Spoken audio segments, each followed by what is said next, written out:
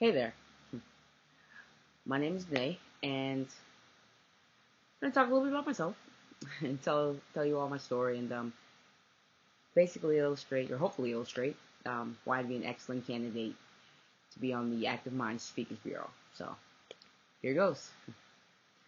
I'm from New Orleans, Louisiana, and right now I'm living in Brooklyn, New York, because I'm attending graduate school at Fordham University's Graduate School of Social Service. So, and yeah, I'm smiling because that's something I'm very proud of.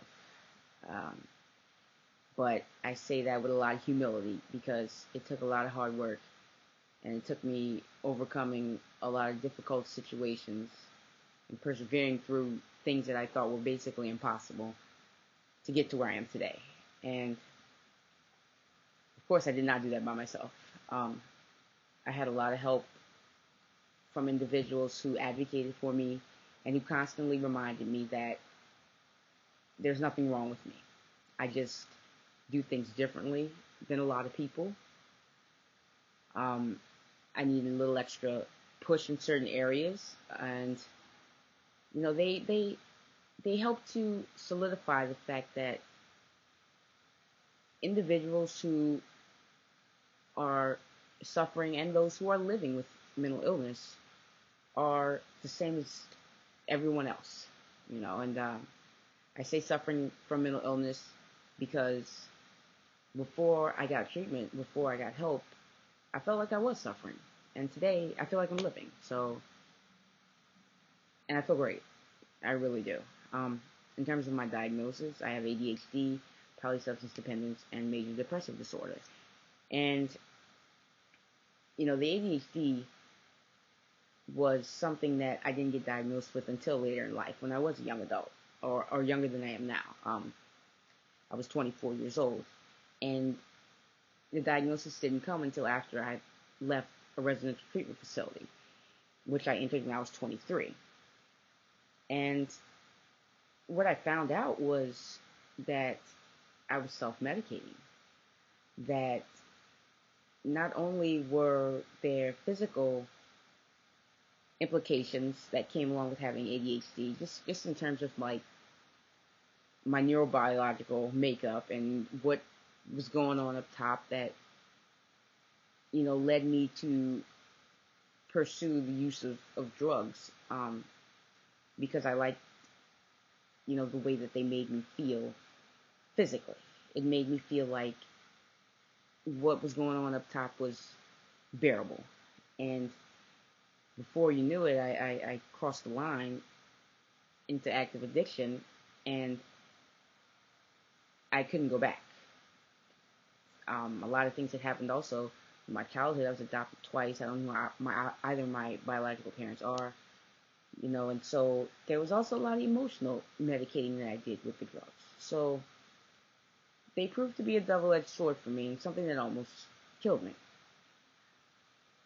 But like I said, with people who constantly reminded me that there was nothing wrong with me, I'm just a little different, it's okay, they can help me, I was able to push on through and get the help that I needed.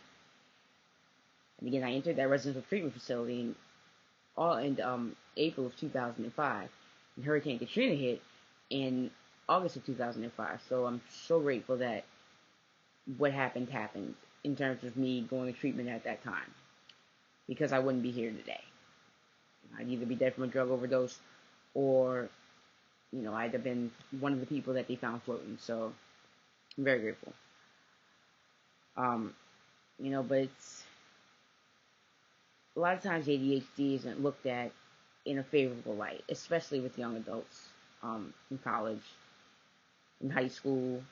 A lot of stigmas attached to the medication that has to be taken, and it by parents and students alike, and it prohibits them from getting treatment. And roughly about 4% of the entire U.S. population, has ADHD. That's about 8 million adults, young and old alike. And a number of behavioral problems are associated with that lack of, that lack of the neurotransmitters and things like that. And it does push a lot of people to do drugs. It pushes them to self-medicate, depression, anxiety, and that's a whole comorbidity of symptoms that and problems that can kill people, because the disease of addiction in the 12-step fellowship I go to, it talks about it being progressive, incurable, and fatal. And I have overdosed before, and luckily I am here today. And I don't think that I got clean and did everything that I went through just so that I could sit back and say, okay, what next? No, I didn't. I went through all of this so that I can share my story with people, so that I can give back, because honestly, it feels really good to be where I'm at today. I wanted to go to Fordham because I wanted to do research, because I wanted to help people. And it's been that way my whole life. So, not holding on to the fact that something's wrong with me and latching on to the fact that I'm different is the message that I want to get out there to people. And to let them know that we don't have to suffer from mental illness anymore. We can live with it. And we can be successful. We can be happy people. So I look forward to hopefully being a part of the Active Mind Speakers Bureau and sharing my story and empowering and encouraging people to do what I did and to begin living the life that I'm trying to live. So, thank you.